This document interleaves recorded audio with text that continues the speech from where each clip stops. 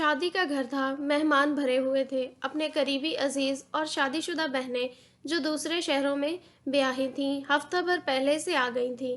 شیخ کرم الہی حویلی نما بڑا سا مکان چڑیا گھر کا نقشہ پیش کر رہا تھا۔ ہر سائز، ہر عمر کے بچے، لڑکے لڑکیوں کے شور اور کہکہوں سے کان پڑی آواز نہیں سنائی دے رہی تھی۔ بزرگ خواتین کو پان چبانے اور چھالیاں پھانکنے کے علاوہ جیسے کوئی کام ہی نہ تھا۔ اوپر کے کمرے میں لڑکیاں ڈھولک اور جھانجریں لیے مبارکبادیاں گا رہی تھیں۔ کوئی چھوٹی لڑکی اچانک کھڑی ہو کر ناچنے لگتی تو ایک دم ہنسی کا فوارہ اڑنے لگتا۔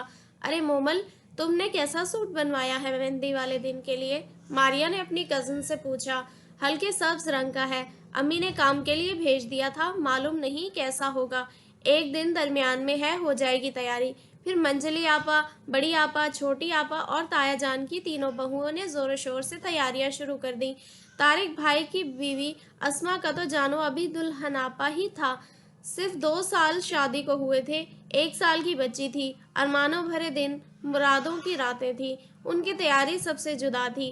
ایک دن پہلے خالہ جان نے منہارن کو گھر بلوا کر ہاتھ بھر بھر سب کو مختلف رنگ اور ڈیزائن کی کامدار چوڑیاں پہنوائیں اور جوڑے الگ بندھوائے۔ منہارن منہ مانگا انعام لے کر چلی گئی۔ تایا جان نے پہلے ہی سب کو منع کر دیا تھا کہ مہندی کی تقریب میں نہ گانوں کا مقابلہ ہوگا، نہ کوئی ہلڑ بازی ہوگی، کیونکہ شارق کی سسرال والے بڑے مذہبی اور سادہ لوگ ہیں۔ وہ ان فروعات کو قطعی پسند نہیں کرتے۔ نئی رشتہ داری ہے، کوئی شکایت کا موقع نہ دینا۔ سب لوگ چپ ہو گئے۔ لڑکی لڑکیوں نے خاصا پروگرام بنایا تھا لڑکی والوں کو شکست دینے کا، مگر سب کے دل بجھ کر رہ گئے تھے۔ وہاں جا کر پتہ چلا کہ واقعی بڑے لیے دیے رہنے والے لوگ تھے وہ لوگ، پھر تو انہیں بھی مؤدب رہنا پڑا۔ بہاری کباب، پراٹھے اور فرنی کا اہتمام تھا۔ گرم گرم پراٹھے اتر رہے تھے۔ کھانا بہت اچھا تھا، کوئی بدمزگی ہوئی نہ دیر لگی اور انہیں جلد فارغ کر دیا گیا۔ ایک دن آرام کا پھر مل گیا۔ طارق کی دلہن اسما بڑی پیاری اور معصوم تھی۔ دونوں بہت خوش تھے۔ بارات کا دن آ گیا۔ شارق کو دلہا بنایا گیا۔ سسرال سے اس کی کلا، پٹکا اور ہار آیا تھا۔ سب نے اطمینان کی سانس لی، کیونکہ شارق نے منع کر دیا تھا کہ میں سہرا نہیں باندھوں گا۔ اچھا بھلا زندہ انسان چلتا پھرتا مزار لگتا ہے۔ شارق کلا دیکھ کر خوش ہو گیا۔ بارات لالہ زار پہنچی تو اس کا پرتپاک خیر مقدم کیا گیا۔ پھولوں کی پتیاں اور ہار ڈال کر پھر مووی بنی۔ بڑی ہما ہمی تھی، پرستان کا گما ہو رہا تھا۔ ہر طرف کہکہوں کا ترنم گونج رہا تھا۔ نکاح ہوا اور ہر طرف چھواروں کی لوٹ مار شروع ہو گئی۔ اس کے بعد آئس کریم کے پیپر گلاس ٹرے میں رکھ کر بیرہ سرو کرنے لگا اور لوگ بڑھ چڑھ کر گلاسوں پر ہاتھ صاف کرنے لگے۔ جب کھانا رائج تھا اس وقت بھی لوگ پلیٹوں میں مرغی کی ٹانگیں بھر بھر کر اس طرح کھا رہے تھے جیسے وہ اپنی زندگی کا پہلا یا آخری کھانا کھا رہے ہوں۔ اور اب آئس کریم کے گلاسوں کا بھی یہ عالم تھا کہ بچے جیبوں میں ٹھونس رہے تھے، دونوں ہاتھوں میں پکڑے منہ مار رہے تھے۔ یا الہی، ان کے والدین بھی انہیں نہیں روک رہے تھے۔ یہ کیسا طریقہ تھا؟ ایک تقریب میں چچا جان کی فیملی نے بھی شرکت کی تھی۔ چچا جان اب اس دنیا میں نہیں تھے اور جائیداد کی تقسیم پر کچھ تنازع ہو گیا تھا اور ان کے درمیان پہلے جیسا خلوص اور رشتوں کا احترام نہیں رہا تھا۔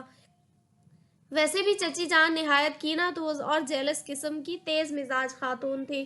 انہوں نے کبھی اپنا حساب دوسروں پر نہیں چھوڑا تھا اور کسی نہ کسی موقع پر تایا جان اور ان کی اولادوں کو شرمندہ کرنے سے نہیں چونکتی تھی۔ گویا یہ ان کے فرائض میں تھا کہ انہیں نیچا دکھانا ضروری تھا اور ہمیشہ وہ لوگ اس کھوج میں رہتی تھیں۔ یہ بات تو تایا جان اور ان کی اولادیں بھی جانتی تھیں، مگر مجبوری یہ تھی کہ شادی یا غمی کے موقع پر اپنوں کی شرکت لازمی تھی۔ تایا جان کے 4 بیٹوں میں یہ آخری بیٹا شادی کے لیے رہ گیا تھا، مگر تائی جان کے انتقال کی وجہ سے اب تک اس کی شادی ٹلتی رہی۔ اب تو ان کی برسی بھی ہو گئی تھی اور بہن بھاوجوں نے شور مچا رکھا تھا، شارق کی شادی ہونی چاہیے۔ لڑکیاں دیکھی جانے لگیں اور آخر ایک اچھے خاندان کی پڑھی لکھی خوبصورت لڑکی نادیہ سب کو پسند آ گئی۔ رشتہ طے ہو گیا اور شادی کی تاریخ رکھ دی گئی۔ آج اسٹیج پر بیٹھے دلہن دولہا سب کی توجہ کا مرکز بنے ہوئے تھے۔ کتنا خوبصورت جوڑا تھا، اللہ نظر بد سے بچائے۔ موویز بن رہی تھیں۔ اس نے آج اپنی شادی والا کم خواب کا آتشی غرارہ سوٹ پہنا تھا۔ پارلر سے دلہن کا میک اپ کرا کے آئی تھی، بڑی پیاری لگ رہی تھی۔ طارق بھی اسے دیکھ دیکھ کر خوش ہو رہا تھا، اس کے ہونٹوں پر مسکراہٹیں جھوم رہی تھیں۔ اتنے میں طارق کے دوست کمال نے آ کر اس کے کانوں میں جانے کیسی سرگوشی کی کہ وہ اٹھ کر باہر چلا گیا۔ اس کے چہرے کی خوشی ایک دم کافور ہو گئی تھی۔ تایا جان کی بہوئیں، بیٹیاں اور ان کی سسرال والیاں سب قریب قریب میزوں کے سامنے کرسیوں پر بیٹھی ہنسی مذاق کر رہی تھیں، کہکہے لگا رہی تھیں، ایک دوسرے کے کپڑوں اور میک اپ پر تبصرے کر رہی تھیں۔ اسما کی بہن بھاوج اور ماں بھی وہیں بیٹھی ہوئی باتیں کر رہی تھی۔ اتنے میں چچی جان کی بڑی بیٹی ہما کسی سجی بنی لڑکی کی کمر میں ہاتھ ڈالے آئی اور وہاں سب سے اس کا تعارف کرانے لگی کہ یہ ماہین ہے، طارق کی دوسری بیوی۔ یہ ماہین ہے، طارق کی دوسری بیوی۔ میرج ہال میں اس کی بازگشت گونجنے لگی اور وہ مسکرا کر آگے بڑھ گئی۔ اسما گھبرا کر کھڑی ہو گئی، اس کے چہرے سے لگتا تھا جیسے کسی نے خون کی بوند بوند نچوڑ لی ہو۔ آنکھوں میں وحشت بھر گئی۔ یہی حال اس کی ماں، بہن اور بھاوج کا تھا۔ طارق کی بھاوجیں، بہنیں حیرانی سے ایک دوسرے کا منہ دیکھنے لگیں۔ انہیں محسوس ہوا جیسے کہیں قریب ہی کوئی دھماکہ ہوا ہو۔ ان کی سمجھ میں کچھ نہیں آ رہا تھا سوائے اس کے کہ آس پاس کہیں زلزلہ آیا تھا۔ اسما کے گھر کی دیواریں ہل گئی تھیں۔ دل کی بستی میں بڑا شور ہے، بڑی توڑ پھوڑ مچی ہے، اسے کیسے بچایا جائے؟ وہ سب کھڑی ہو گئیں اور اسے اپنے حصار میں لے لیا۔ کوئی پانی لا رہا ہے، کوئی اس کے ہاتھ سہلا رہا تھا۔ اس نے 2 گھونٹ پانی پیا اور بڑی نند کے شانے پر سر رکھ کر بلک پڑی۔ اچھا ہے، رو لو، دل ہلکا ہو جائے گا۔ عرشی نے اسے لپٹا لیا۔ اس لمحے کی سنگینی نے اسے تڑپا دیا تھا۔ تم نے دیکھا بیٹی، اسما کی امی روحانسی ہو گئی۔ تمہاری چچی کی بڑی بیٹی ہما نے کیا کہہ کر اس اجنبی لڑکی کا تعارف کرایا تھا؟ یہ کیسا مذاق تھا؟ طارق کہاں ہے؟ اسے بلاؤ، میں اس سے پوچھوں تو صحیح کہ میرا کیا قصور تھا جو اس نے بھری محفل میں ہمیں بلا کر یوں ذلیل کیا۔ وہ اپنے آنسو پوچھنے لگی۔ خالہ جان، آپ پریشان نہ ہو، ہمارے علم میں ایسی کوئی بات نہیں تھی۔ آپ کیا، ہم خود اس سے پوچھیں گے، چھوڑیں گے تھوڑی۔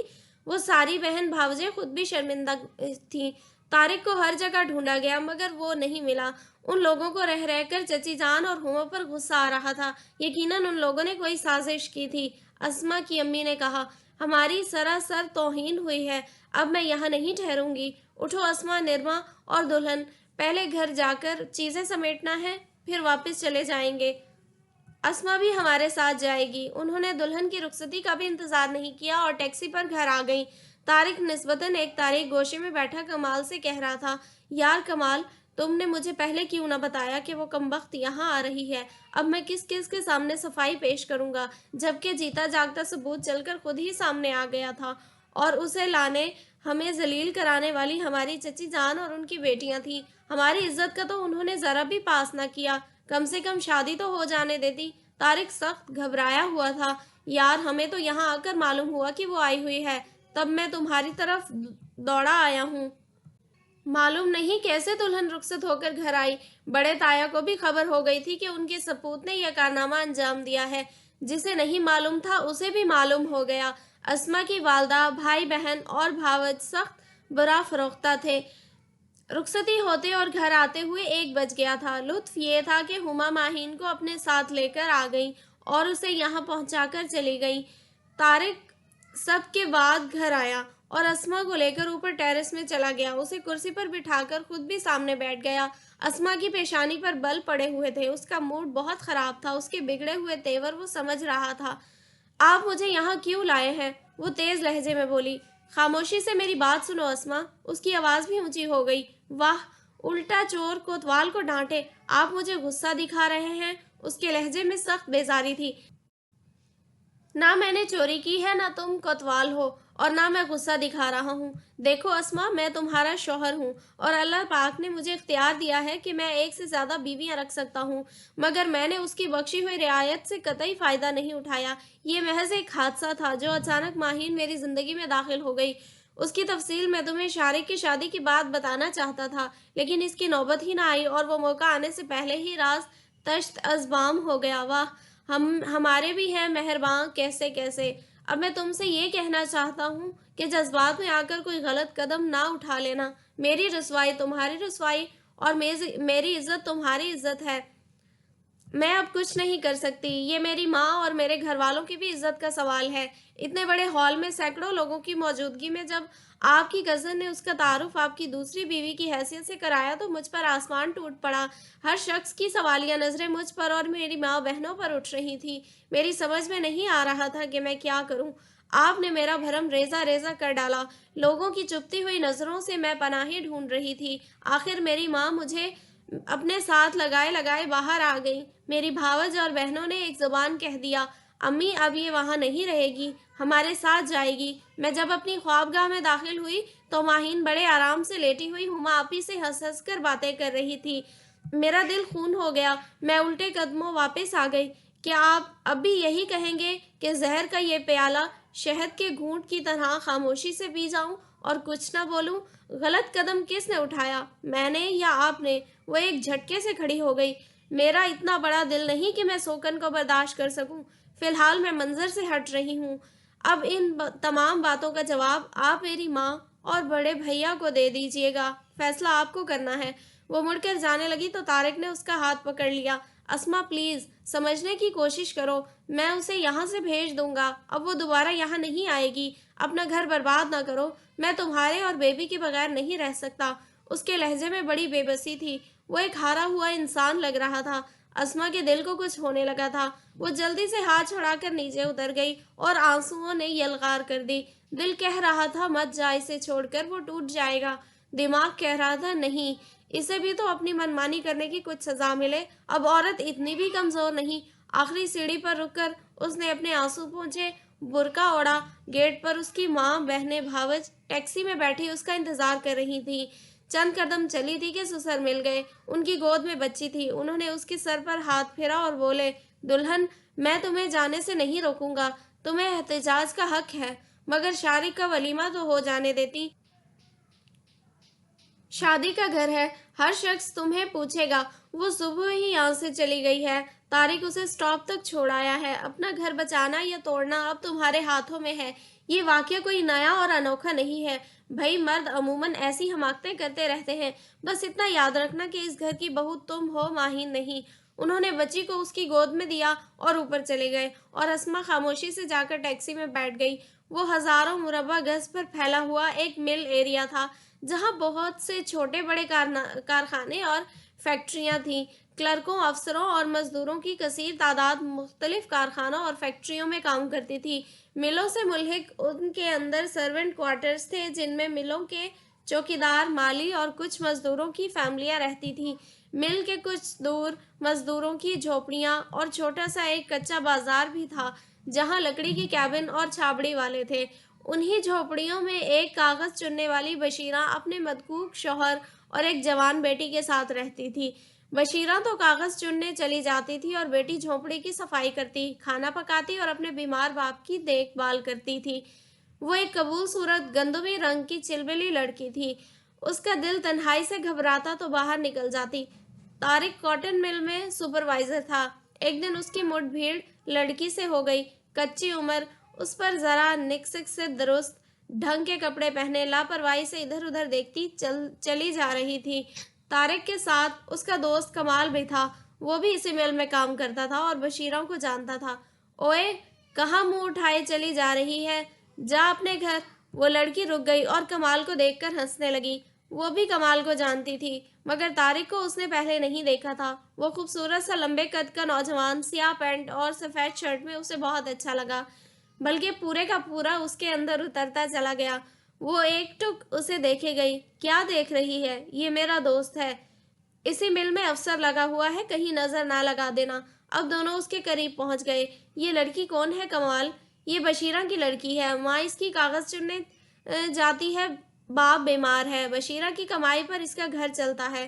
وہ اب تک اسے دیکھے جا رہی تھی، مگر یہ مقامی تو نہیں معلوم ہوتی؟ طارق نے پوچھا۔ ہاں، اس کی ماں جہلم سے آئی تھی، اپنے شوہر کے ساتھ یہاں روزی کے سلسلے میں۔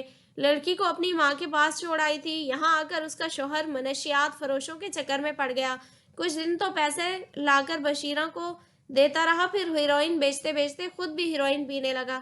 بیچاری بشیرہ کیا کرتی، کاغذ چننے والی عورتوں کے ساتھ لگ گئی اور بیٹی کو بلوا لیا تھا کہ گھر اور باپ کی دیکھ بھال کر سکے۔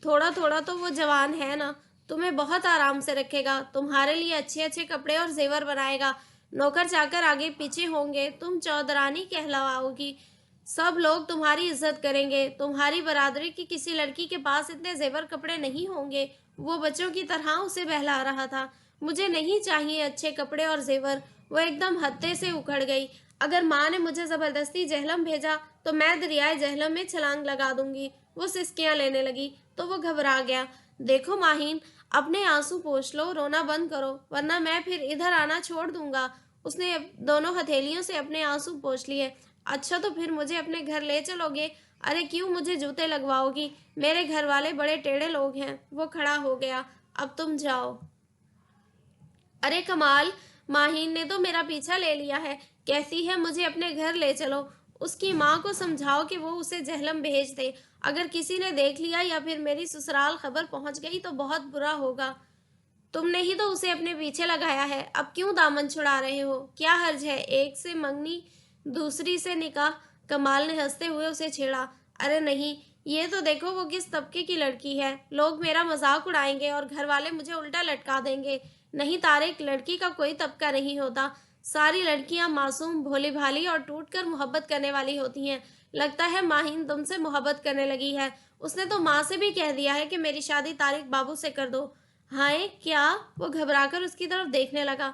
ہاں طارق، ایک دن اس کی ماں مجھے ملی تھی، کہہ رہی تھی کہ ماہین کسی طارق بابو سے شادی کرنے کو کہتی ہے۔ بیٹا ذرا پتہ لگانا، میں تو سارا دن روزی کی تلاش میں بھٹکتی رہتی ہوں، وہ جانے کہاں کہاں کی خبر لاتی ہے، اس نے مجھے پریشان کر دیا ہے۔ طارق کو تشویش نے گھیر لیا۔ پھر اس نے دفتر سے چھٹی لے لی اور کئی دن تک مل نہیں آیا، مگر وہ سوچنے لگے کہ کہیں ماہین اسے ڈھونڈتی ہوئی مل کے اندر نہ چلی جائے۔ کمال سے بھی اس نے پوچھا ہوگا، کئی ماہ ہو گئے تھے اس سے ملتے ہوئے۔ اس نے اپنے دل کو ٹٹولا تو اسے بھی وہاں تشنگی محسوس ہوئی۔ پھر ایک دن کمال کا فون ملا۔ یار تم چلے گئے اور وہ بلا میرے سر ڈال گئے، اس نے رو رو کر میری جان کھا لی ہے کہ مجھے طارق بابو کا پتہ دے دے، میں خود انہیں ڈھونڈ لوں گی۔ اس کی ماں بہت پریشان ہے اس کی وجہ سے۔ ارے خدا کے لیے کمال، کہیں اسے میرا پتہ نہ دے دینا، ورنہ سمجھ لو میری خیریت نہیں ہے، پرسوں میں آ رہا ہوں۔ اس نے فون رکھ دیا اور سر پکڑ کر بیٹھ گیا۔ پھر تیسرے دن آفس پہنچا۔ دونوں کھانے کے بعد باہر نکلے تو وہ سر جھاڑ منہ پھاڑ عجیب حلیہ میں درخت کے نیچے بیٹھی ہوئی تھی۔ طارق کو افسوس ہونے لگا، وہ اسے دیکھ کر کھڑی ہو گئی۔ بابو کہاں چلے گئے تھے؟ مجھے کچھ اچھا نہیں لگ رہا تھا، بس میرا جی خراب ہو گیا۔ اچھا جا کر اپنا حلیہ درست کر، نہا دھو کر آ، تب بات کرنا۔ پھر آؤ گے بابو نا؟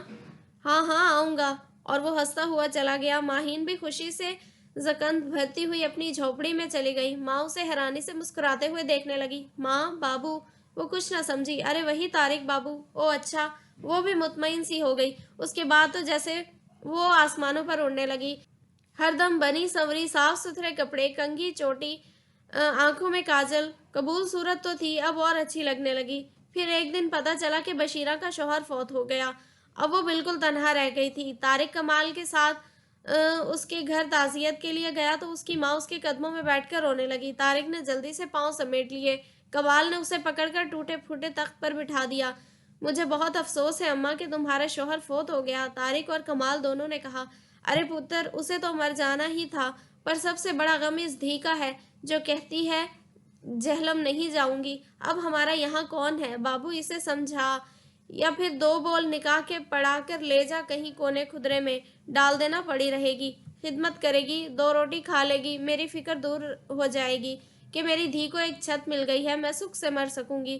اس نے طارق کے آگے ہاتھ جوڑ دیے۔ وہ گھبرا کر کمال کی طرف دیکھنے لگا۔ کمال چپ رہا تو طارق نے کہا، اماں یہ بڑا مشکل کام ہے، میری منگنی ہو چکی ہے، میں اس کے ساتھ نکاح کیسے کر لوں؟ کہاں لے جا کر رکھوں گا؟ میرا سالہ مجھے شوٹ کر دے گا، لوگ کیا کہیں گے کہ جانے کہاں سے کس کی لڑکی اٹھا لایا ہے، پولیس کیس بن جائے گا۔ پتر، ہم بھی کوئی کمی کمین لوگ نہیں ہیں، بس غربت نے مار دیا ہے۔ باپ بھائی دکانداری کرتے ہیں، میری شادی چاچا کے بیٹے سے ہو گئی، مگر وہ مت کماؤ نکلا۔